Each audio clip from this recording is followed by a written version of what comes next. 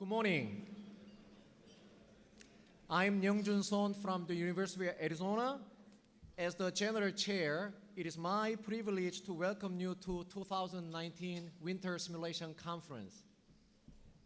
Organizing the Winter Simulation Conference takes quite a lot of dedicated effort.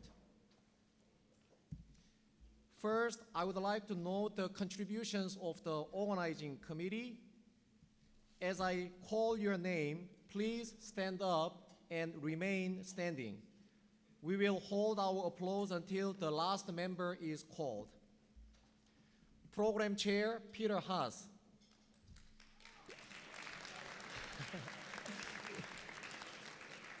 If you can hold your applause until the last member is called, okay?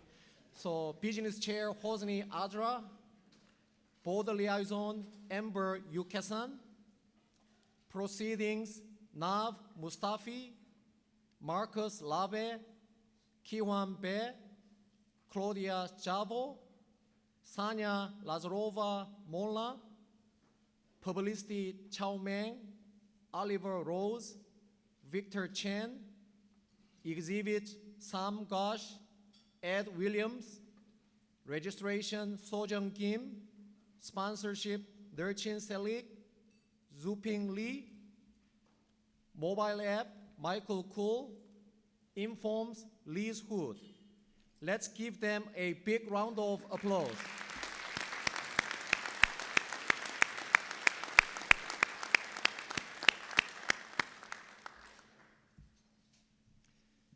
Next, I would like to thank WSC Board of Directors for their support and guidance for successful WSC 2019. I would like to ask all the board members to stand up, please.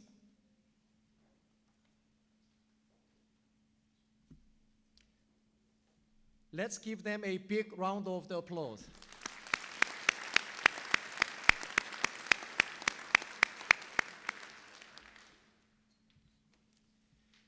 WSC is sponsored by 9 organizations, and our board of directors are representative of these organizations.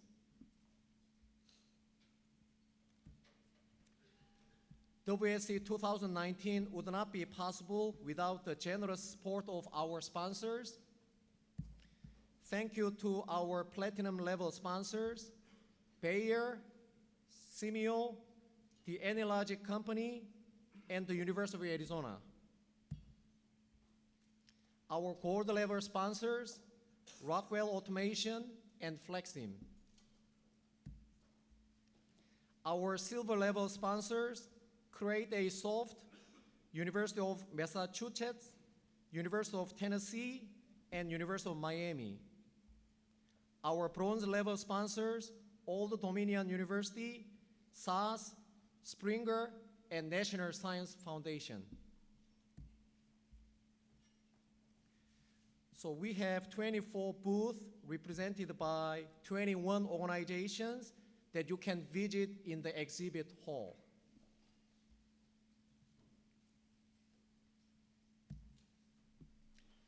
Now I'm going to invite Jim Wilson to the podium for memoriam. Jim?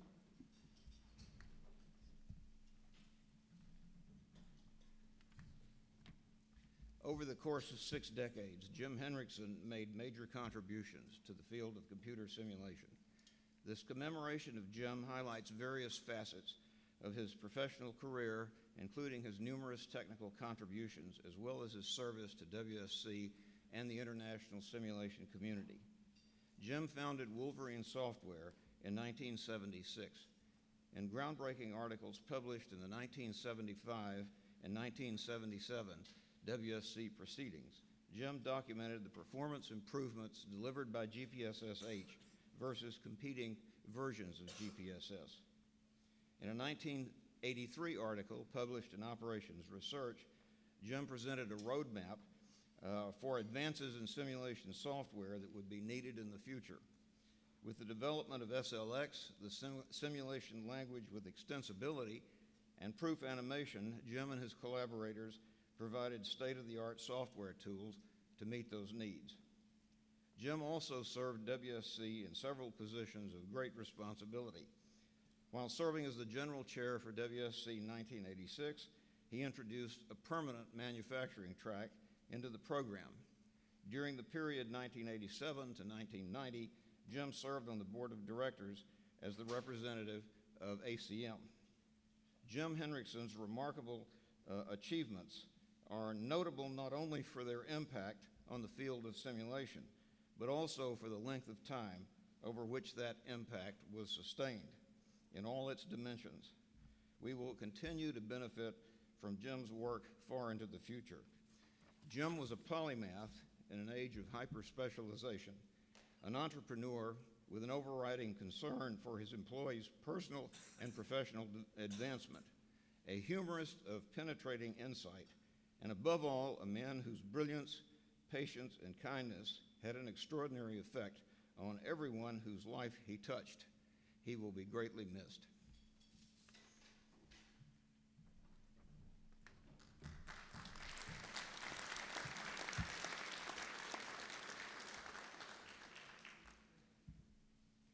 Now, logistics.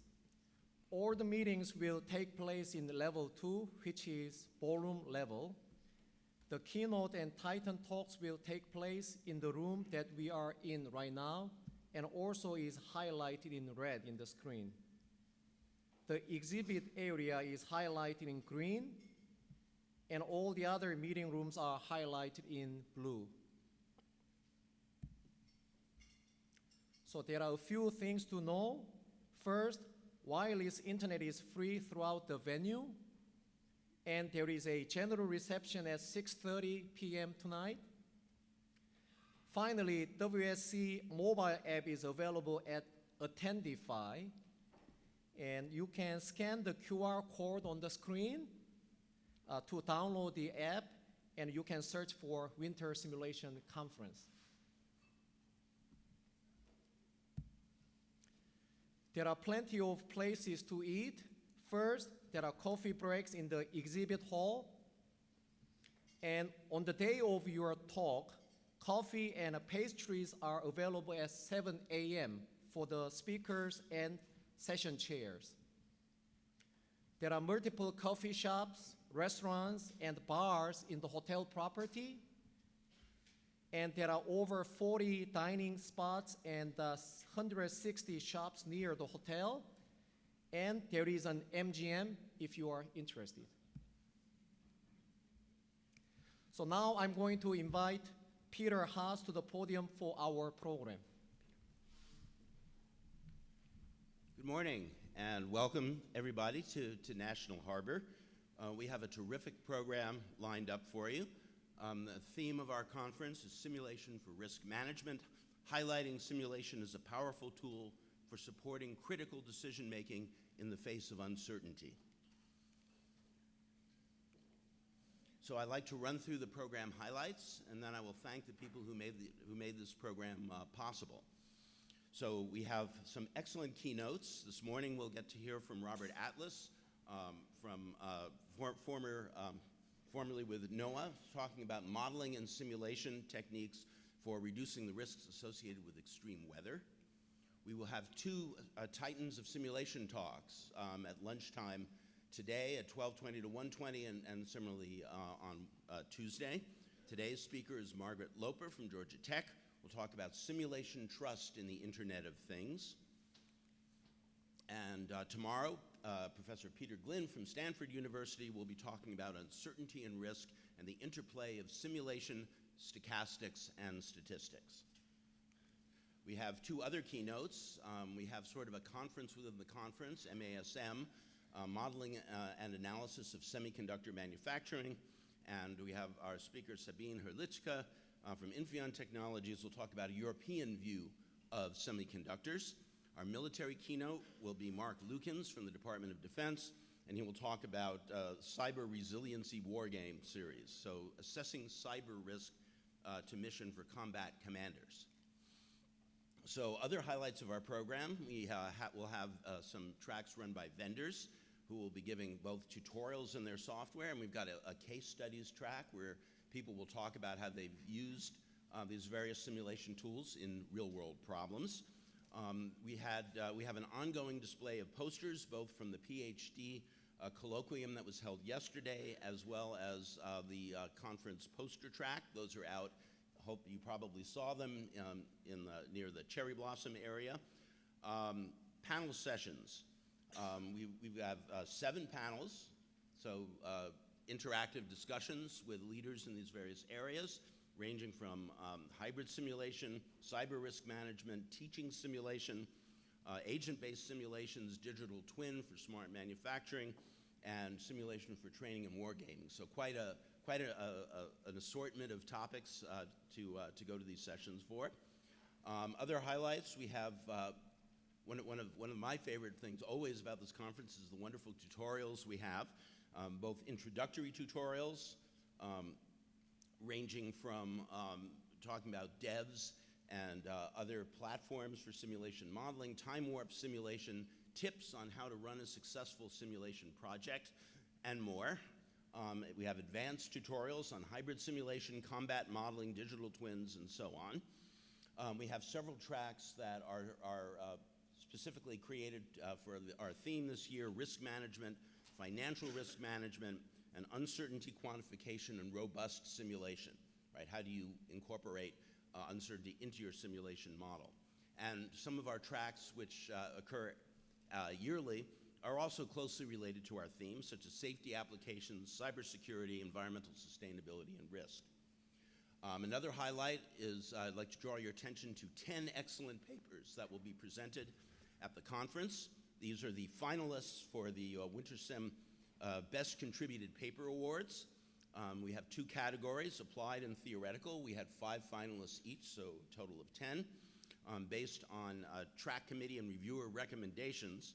If you look at page 140 in your program book, that is a listing of these top 10 papers with their titles as well as their times and locations. And I would strongly advise you to try and make as many of those talks as you can. They will be excellent.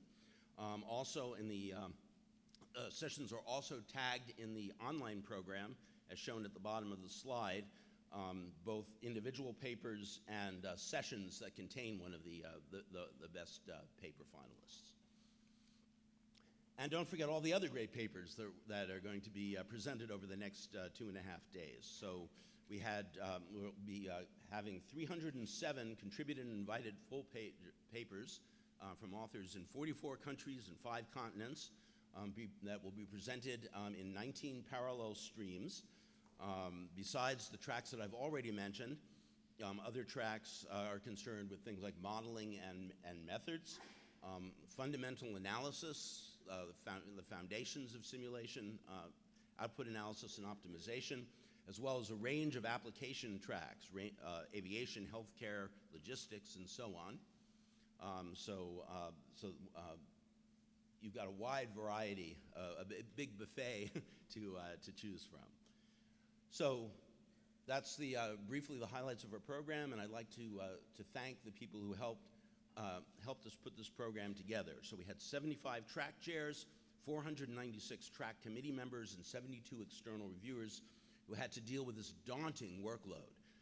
There were 498 total submissions, of which 394 made it to our program. You can see some more detailed statistics in the program book. And they handled 1,302 very high-quality reviews.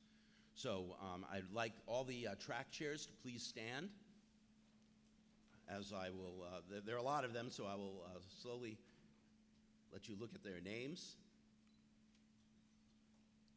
Again, these folks are the backbone of our simulation program, so if everybody could give them a big round of applause.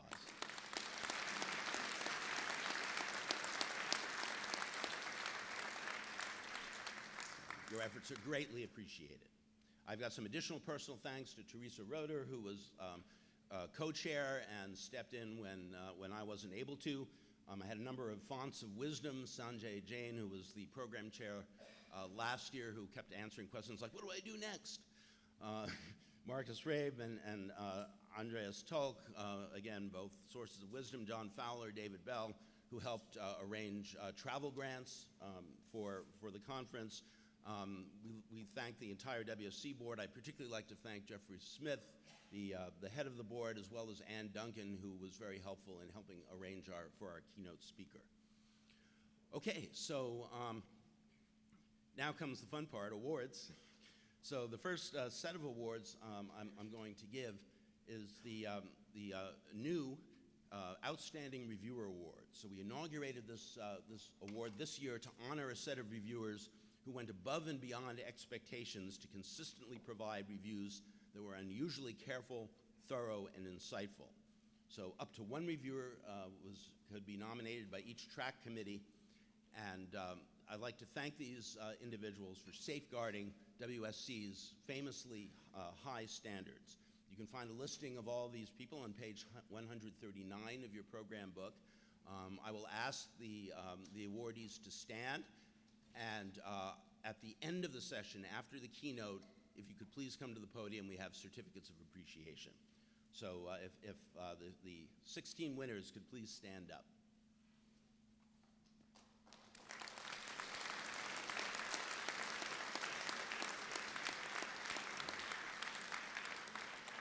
I was talking to somebody yesterday at the new attendee session, and they said, I got a review of 22 pages. So these folks are working very hard. Okay, so I'd like to bring Renee Thiesing to the platform, who will be the general chair for WinterSim 2020, to tell you a little bit about next year's WinterSim conference. Thanks, Peter. So while you guys hold your light bulb that you got in your bags upon registration, you're going to be thinking about next year. So WinterSim 2020 is in the beautiful city of Orlando. Currently today, it's going to be about 84 degrees Fahrenheit there, so start dreaming of warm, sunny Florida. Next year's conference will be held from the 13th to the 16th of December, so please mark your calendars. We have a great committee already, a number of track chairs lined up, but the people on the screen, myself, Renee Thiesing, General Chair, Teresa Roeder is our Program Chair, and then Christine Harvey is our Business Chair. Here's a few photos of the property. It's a beautiful property. We're going to have a golf tournament that we're going to organize, and then if you want to bring friends or family, there's a lot of activities to do around the resort. There is also a shuttle, which is optional in the resort fee, that can take you to the Disney parks if you choose to do that, not during the conference, but before or after. Our keynote to support our theme of simulation drives innovation is Ben Abada from IBM, and so his title of his talk is on the screen, so I'm really excited to have him speak. He's a great speaker. And again, as you sit through this year and you're listening to the great talks, start thinking about what type of papers you want to submit for next year's conference, and the theme is Simulation Drives Innovation. Thank you.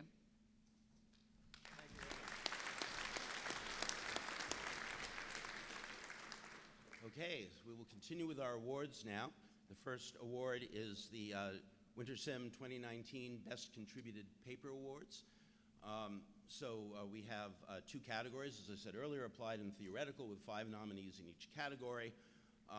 Winners were chosen, so after assembling the 5 candidates in each category based on track committees and reviewers, we had panels to actually select the winners. I'd like to thank for the best contributed applied paper, John Fowler, Oliver Rose, and Simon Taylor, and for the theoretical paper panel, Shane Henderson, Henry Lamb, and Pierre Lecuyer. They had a lot of trouble this year, so we're going to have in each category we have a winner, a runner-up, and 3 honorable mentions. So I'm going to ask the authors of the winning paper to come up to receive their plaques when I announce their names. For the applied paper, the runner-up was Martin Mays and Martin Coote, simulation solution validation for an integrated emergency post. And our winner is Who Goes There? Using an agent-based simulation for tracking population movement by Jordan Lewick, Jason Ripe, Samarth Swarup, and Nasim Uddin, representing Tufts University, University of Virginia, and University of Alabama, Birmingham. So if I have Jordan, Jason, Sanath, and Nassim come up, please.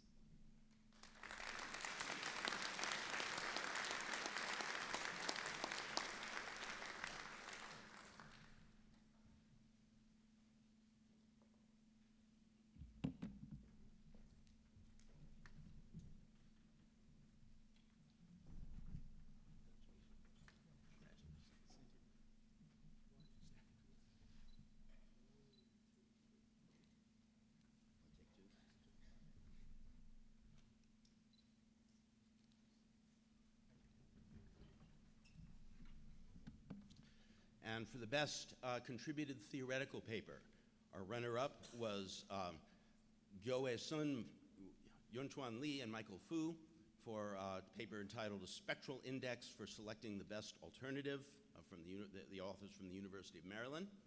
And our winner is Data-Driven Optimal Transport Cost Selection for Distributionally Robust Optimization by Jose Blanchett, Yang Kang, Karthik Murthy, and Fan Zhang, representing Stanford University, Columbia University, and the Singapore University of Technology and Design. So we really have the globe covered here. If Jose, Yang, Karthik, and Fan could please come up to the podium, we'll give you your plaque.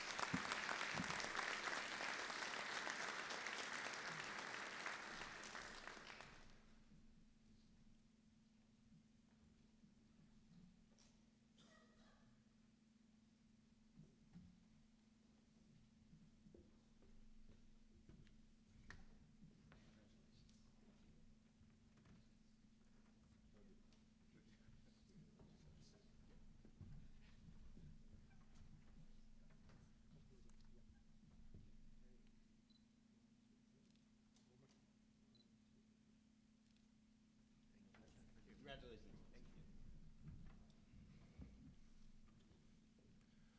Okay, so not a Winter Sim Award, but we wanted to very briefly congratulate a member of our community, Sheldon Jacobson, who was recently elected as a fellow of the American Association for the Advancement of Science. It's always wonderful when somebody from our community gets elected to a position of extremely high visibility, like Sheldon did. For those of you who don't know him, U.S. citizens among you are deeply indebted to him, whether you know it or not, because his research led to TSA PreCheck. So if you have ever used TSA PreCheck, you have to thank Sheldon, but his range of interests is quite wide. For example, he also does pediatric, OR in pediatrics. So anyway, if we can give him a round of applause.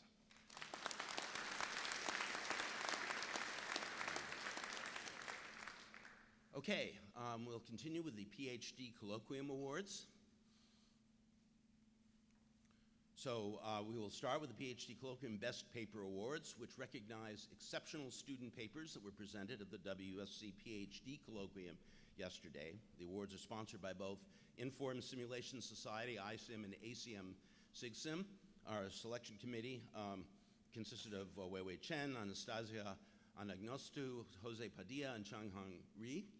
And again, if the winners can come up, we will give you your certificates.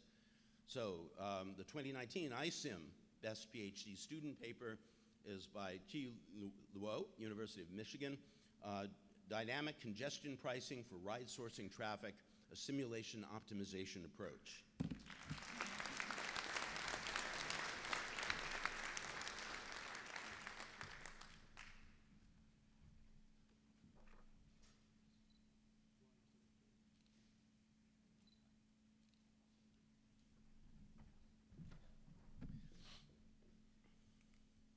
The 2019 ACM SIGSIM Best PhD Student Paper was Sebastian Rojas Gonzalez, entitled Multi-Objective Ranking and Selection with Correlation and Heteroscedastic Noise. If Sebastian could come up.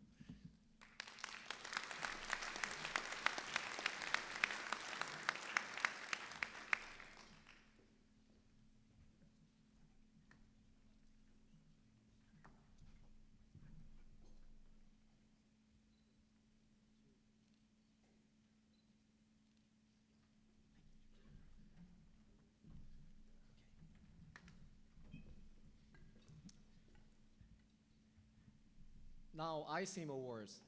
Outstanding Simulation Publication Awards recognize outstanding contributions to the simulation literature. The selection committees are Christine Curie, Christos Alexopoulos, and Pierre Luquier. And 2019 Outstanding Simulation Publication Award goes to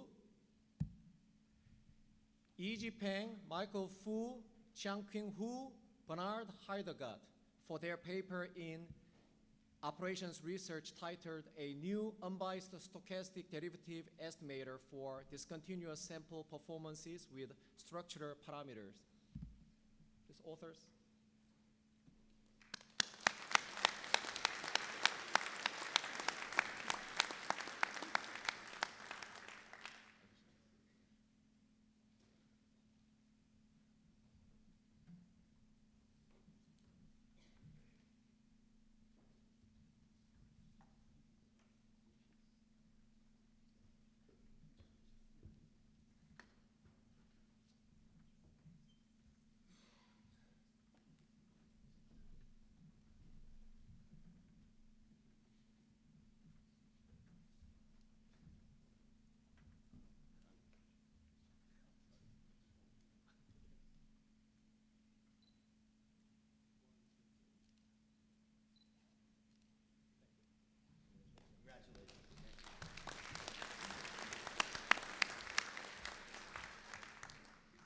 Distinguished Service Award recognize individuals who have provided long-standing exceptional service to the simulation community. The selection committees are John Fowler, Doug Morris, Michael Fu. And 2019 Distinguished Service Award goes to Susan Sanchez at Naval Postgraduate School. Susan.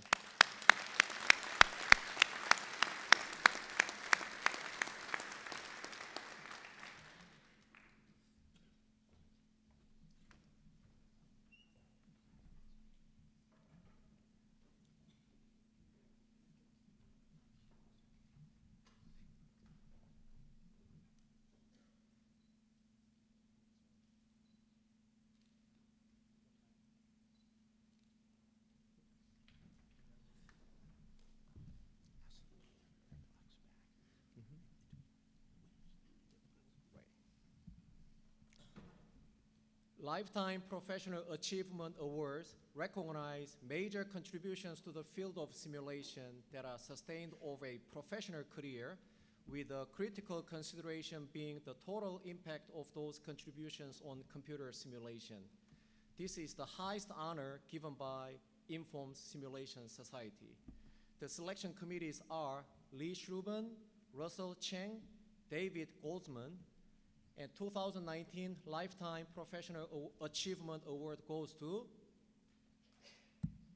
Jim Wilson at North Carolina State University. Jim.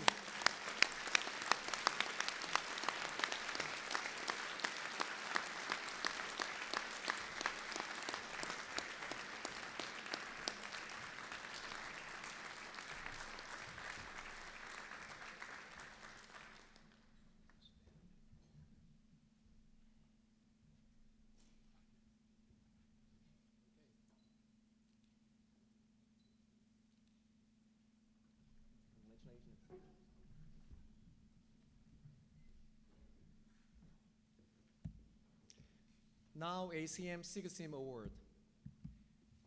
Distinguished Contributions Award recognize individuals based on their overall contributions to the field of modeling and simulation, including technical innovations, publications, leadership, teaching, mentoring, and service to the community. The award committee members are Paul Fishwick, Pierre Lecuyer, Lynn Umacher, and award nomination chair is Azman Barchi. 2019 Distinguished Contribution Awards goes to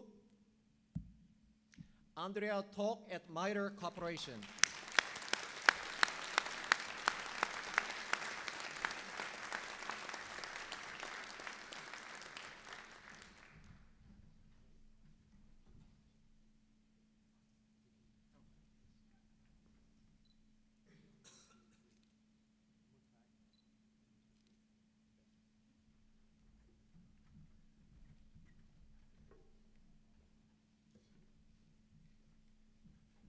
By the way, we need to ask the people who won the ISIM Awards to give us back their plaques at the end of the ceremony so they can be reissued to you in the society meetings that will take place on Tuesday evening. A time-honored award, yeah, a time-honored tradition here. We give you a plaque, then we immediately take it back.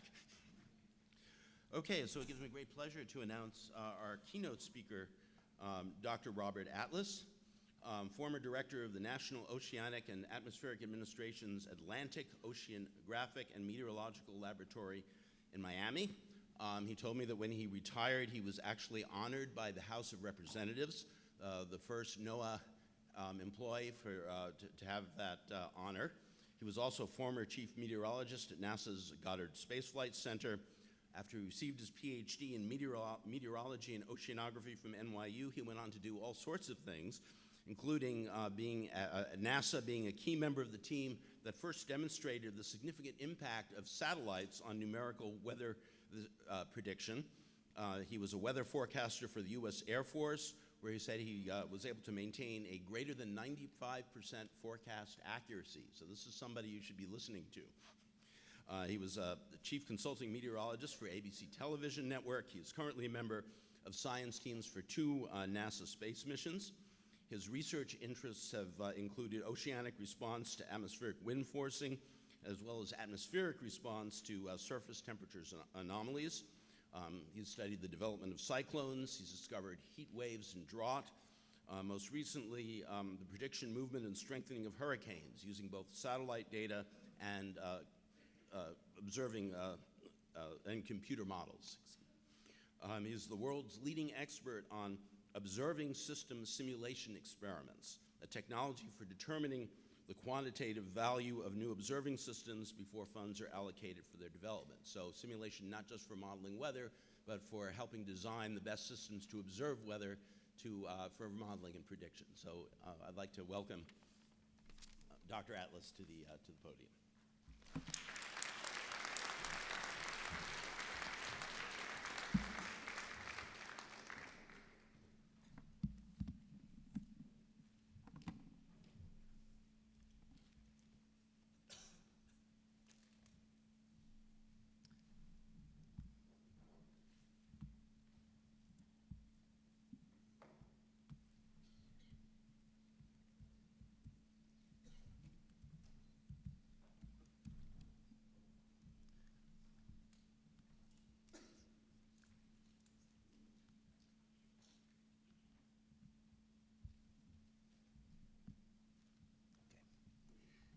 Thank you, Peter. It's a pleasure to be here this morning, even though I had to leave sunny, warm Miami to come here. But I did spend 27 years in Maryland when I worked for NASA's Goddard Space Flight Center. I have to say at the outset, since I retired in March, I'm not speaking for NASA or for NOAA in my talk today, but a lot of it is based on my experience, 32 years with NASA and 14 years as a lab director for NOAA. I also have to say it's a little harder preparing a talk in retirement than it was while I was working. In my presentation today, I'm going to cover the different types of extreme weather and the need to reduce the risks associated with them. I will give a very brief introduction to how numerical weather predictions started and the development of the current model that both NASA and NOAA are using. I will then talk about observing system simulation experiments, one of my pet research activities for the last 30 years or more. And if I have time, I'll show an example of how forecasts have been improved and will continue to be improved, and that will be for hurricanes. I won't have time to talk about every type of extreme weather, but I'm willing to take questions relating to any of those types. Every year, extreme weather causes thousands of fatalities and many billions of dollars of economic losses worldwide. We generally classify the different types of extreme weather into two categories. First are the severe destructive weather hazards, the kind that get your attention right away, severe thunderstorms, hurricanes, tornadoes, and the like. These are classified on the basis of their time scale, and the severe destructive type are anywhere from minutes to hours to days, sometimes as long as a week. The other type are the persistent weather hazards, which can be just as deadly. And this includes heat waves and cold waves, drought, and flooding from persistent rain events. This chart is showing for the United States for one particular year, 2017, the different kinds of extreme weather that caused billion-dollar damage or more. And there are many types shown here, not every type of extreme weather, but we have drought, floods, fires, and fire weather is an important area where NOAA and NASA are working to improve prediction. Many tornado outbreaks, severe local storms, and 3 very damaging hurricanes that occurred that year. This table is giving a summary of all of the extreme weather events from 1980 to 2018. The most frequent of the severe weather events are the severe local storms, but the most deadly and costly are tropical cyclones, followed not too far behind by drought. It's not really the drought that causes the fatalities, but the heat that is almost always associated with droughts. I'm going to say a little bit about hurricanes to illustrate some of the effects of extreme weather. This chart is showing from, I think, 1851 to almost the present, the tracks of Atlantic and East-North Pacific hurricanes. My state, Florida, you can see is completely red, and I think NOAA is very smart to put its hurricane research laboratory in Miami. We get added stimulation and from the fact that it's not only affecting other areas, but it's affecting the area we're in as well. This is Hurricane Katrina, shown at 24-hour intervals. It was in the upper left, a disorganized mass of cloudiness. 24 hours later, it's a tropical storm, then a hurricane, Category 1, which moved over South Florida, then into the Gulf of Mexico, where it intensified to a Cat 5 hurricane, and then weakened to a Cat 3 just before landfall. Nature, while being at times very destructive, is also very beautiful. This is a picture taken by one of my former employees as the NOAA Hurricane Hunter aircraft flew into the eye of Hurricane Katrina. And you can see the eye wall, that's the white on the top of the screen, which is where most of the convection and the strongest winds occur. The damage associated with Hurricane Katrina, mostly flooding and water damage, and this is a before and after shot. This, not from Katrina, but from Hurricane Andrew, to show that wind as well as water can cause great destruction, this being southeastern Florida, which was very largely destroyed, the area of Homestead, by Hurricane Andrew. So what does society need to reduce the risks that are associated with extreme weather? And I can, about 10 years ago, maybe a little more, I was sitting in a seminar given by a National Hurricane Center researcher, and he said that he was showing a new product, which was the probability of of Category 1 hurricane force winds. It's a very good product, and he said this is what the public needs. And sitting there, not just as a scientist, but as a member of the public, I said to myself, this is not what the country needs, not what the public needs. What the public wants to know is how will the storm affect them in particular? Their neighborhood, will it be flooded? Their house, will it be destroyed? Are their lives going to be in danger? And that requires more than just the weather forecast. The other thing I learned when I first came to South Florida was how little confidence the public had in the warnings that they got at that time. And there were evacuation warnings in Florida, mandatory evacuations, where less than 5% of the population in the evacuation areas left.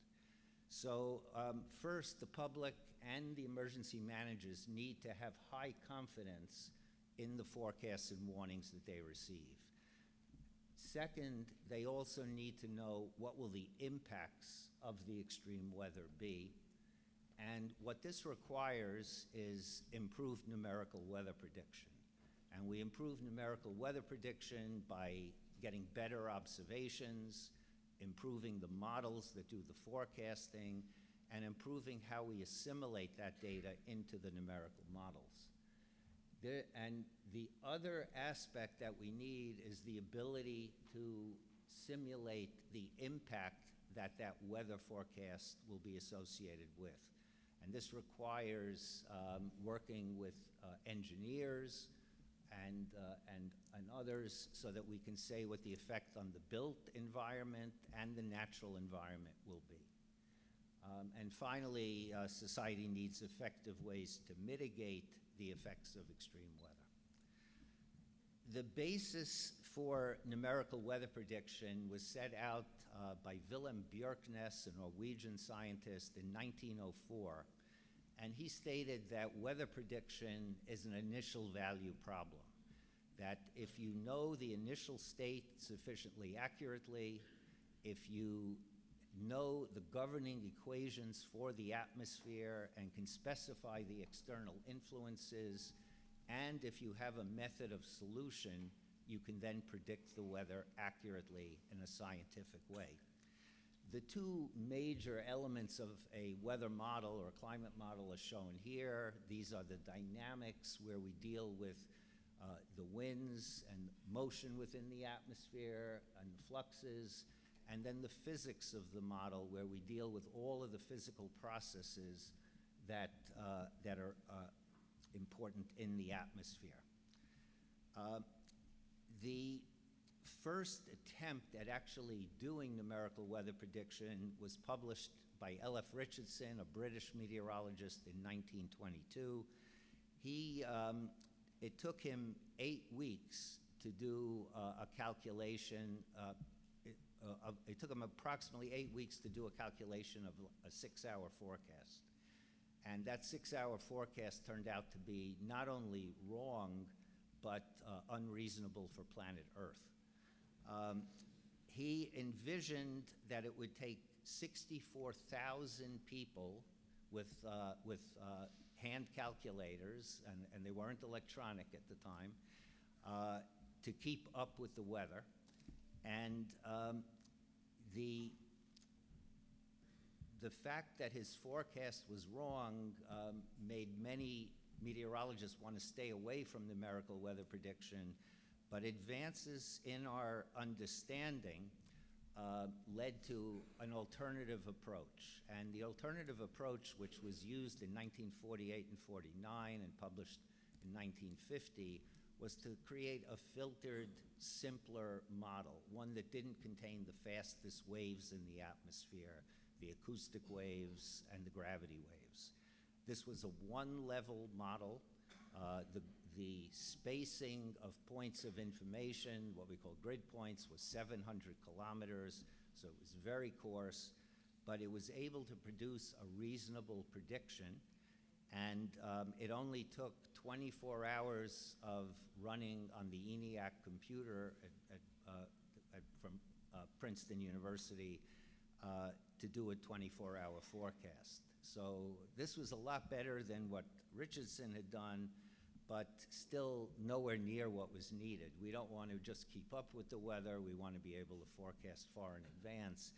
And the key to forecasting and to the success of numerical weather prediction has been not only the research, but the advances in computing. And this is showing for NASA Goddard, but there's a similar chart for every operational numerical weather prediction center, showing as the computers became more advanced and able to do many more calculations per second, that the models also became much better and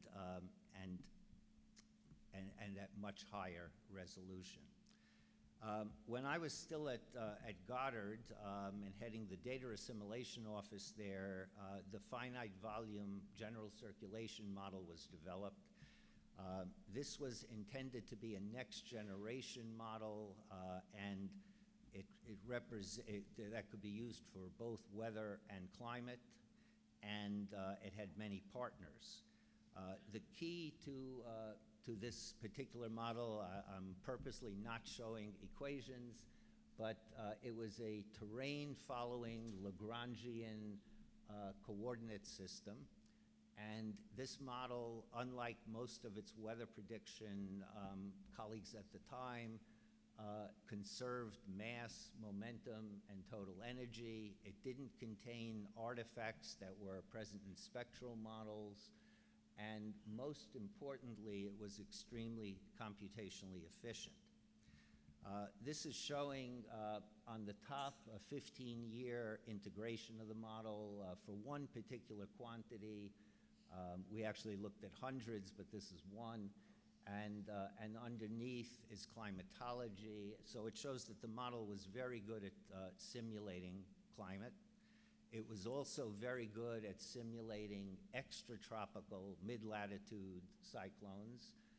The initial condition for a forecast is on the left, and on the right is 5.5 days later, predicting a greater than 2-foot snowfall in the Washington, D.C. area.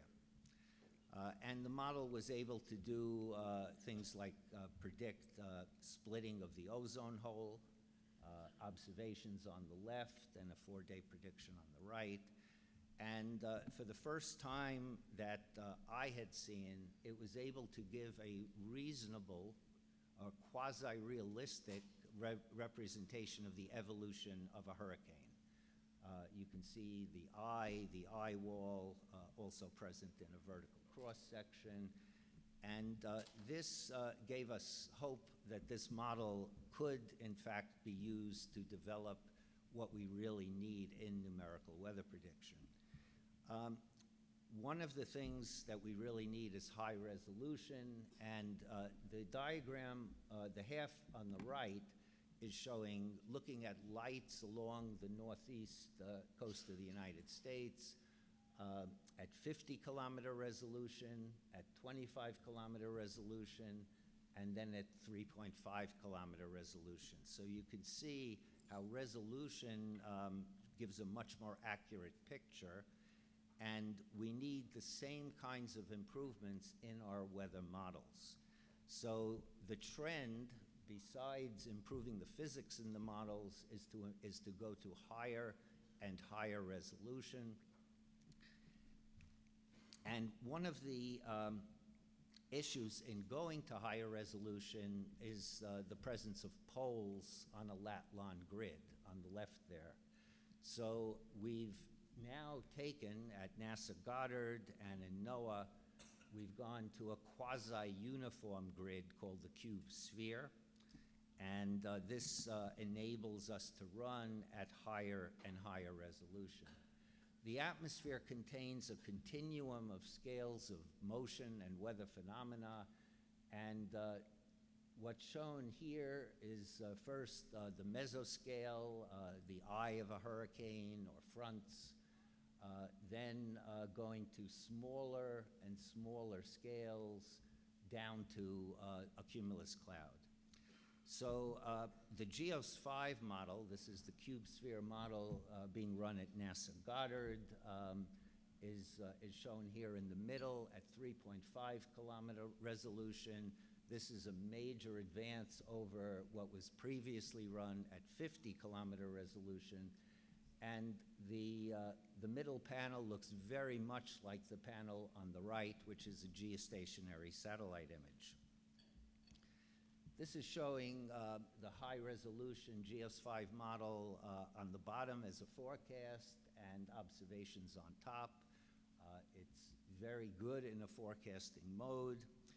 And we're adding a lot of complexity to the models in terms of chemistry, physical processes, the biosphere, including man-made as well as naturally made emissions. And this is showing for one quantity for sulfur dioxide, the different things that are now being incorporated into the model.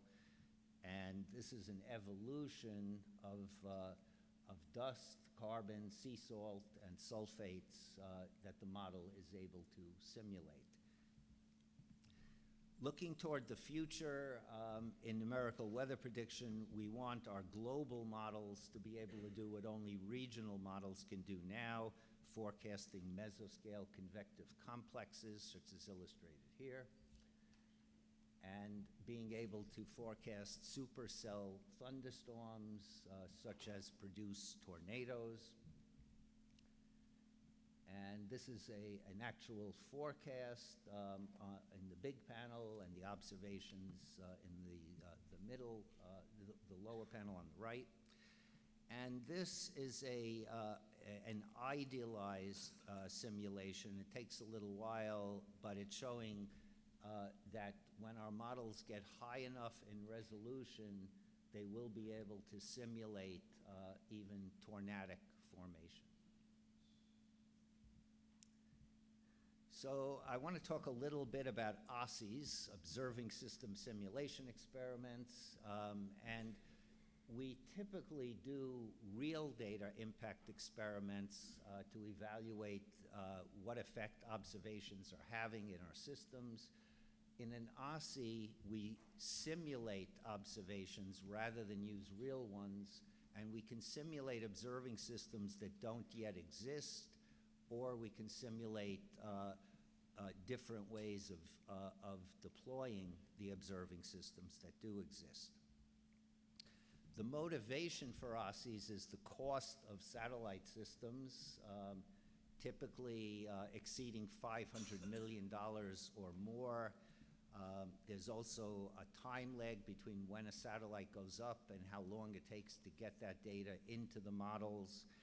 And the OSSIs can lead to better planning, better decisions, and improved forecasting. Some of the basic concepts. In an OSSI, we use what's called a nature run, which is an integration of a weather model if we're doing a weather OSSI. And that is typically run for a long period of time. It has to be a realistic representation of the atmosphere, and it's treated as if it's the truth. So in an OSSI, the truth is known. We never know the truth in dealing with the real world. We only can approximate it. And in an OSSI, the new instruments can be simulated. In simulating observations, it's important that they be as realistic as possible. I'll show you a little of what we need to do there, but the simulation of observations is something that does need to be further improved. So this is the basics of an OSSI. Starts with generating a nature run. We then simulate all of the observing systems we have now, as well as any observing systems we wish to consider adding that are proposed. We then assimilate that data and generate forecasts with and without whatever observing system we wish to evaluate. This is the nature run we've been using. It's a 7-kilometer resolution global nature run for 2 years. and it has hurricanes, fronts, much of the realistic weather phenomena we need to study. And this is what our observing system looks like advancing in time. We have many different kinds of observations, conventional land-based observations, ships at sea, buoys, but the satellite data gets very complicated, not only in that it measures things other than our primary variables, but the coverage varies quite a bit amongst the satellites and with time. In simulating observations, what we want to do is essentially retrieve the data the way it would be done in the real world. So this is a hypothetical wind LiDAR in space that we were evaluating. And this is part of a sensor web where satellites can talk to each other, tell them where to take observations to be most effective. But what we're doing is we're flying the instrument in space over our nature run and retrieving as we would in the real world. I ran all of NASA's OSSIs for 25 years. I'm not going to run through these, but in every case where we predicted what a new observing system would be after it was launched, we got essentially the same impact from that data. I want to show a recent OSSI that Congress required NOAA to do by putting this in the Weather Act of 2017. This is for Cosmic 2 satellite mission, and this measures GPS radio occultation, which is a measure of the density within the atmosphere. And the two satellites alternatives we were evaluating, one had data only in the tropics, the other had a polar orbit to the data. And looking at the results relative to a control, these are, on the right is RMS error in the tropics, and either of the observing systems gave a similar impact. But when we looked at anomaly correlations in the northern and southern hemisphere, we got positive impact from the polar orbit, but not from the tropical orbit only. And that meant that you need to observe globally to get the best impact. This is from a different OSSI designed to evaluate LiDAR wind profiles from space. And what this showed was that such an instrument, if it could be done with sufficient coverage and accuracy, would give a large positive impact to numerical weather prediction, shown here in terms of anomaly correlations, and shown here in terms of hurricane track, where the green line represents the truth, the red line our current observing system, and the blue line represents adding wind profiles from space to the mix. So the final thing I want to talk about is the Hurricane Forecast Improvement Project called HFIP. And this was designed to give a unified approach to improving hurricane track and intensity forecasts, also to improve communications of storm hazards, and to incorporate risk communication. It utilized the three-legged stool, improving observations, improving the models, and improving the data assimilation. And the observations from the Hurricane Hunter aircraft are used to improve the physics within the models. So this was the forecast accuracy for track and intensity from the National Hurricane Center before HFIP. And what you can see on the left is that track forecasts were consistently being improved and significantly being improved over a long period of time. But during the same period, there was virtually no improvement in intensity forecasts. And this is after the 5th year of HFIP. The track forecasts continued to improve, but for the first time, we were seeing substantial decreases in the intensity errors. And this came about largely from the development of our models. The HWRF model is a regional hurricane model, and you can see on the right, 2011 to 2016 to 2018, the tremendous improvement relative to statistical forecasting methods that was achieved with HWRF. So for hurricanes, the initial development was this HWRF model.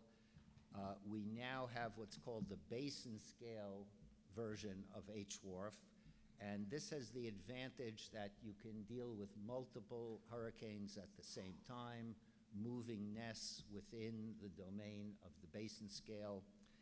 And that has a tremendous advantage because what happens with one storm affects what goes on with the other. They can cause changes in track. They can also cause one storm to weaken and disappear or to even intensify further. And where we're going, and very close, is to incorporate the hurricane moving nests within the cube sphere model. So in summary, our numerical modeling of the atmosphere is evolving towards very high resolution, and we're doing this also for the ocean and for the land surface to develop seamless weather and climate models. OSSIs are being used to optimize the global observing system for improved prediction and also to be more cost effective.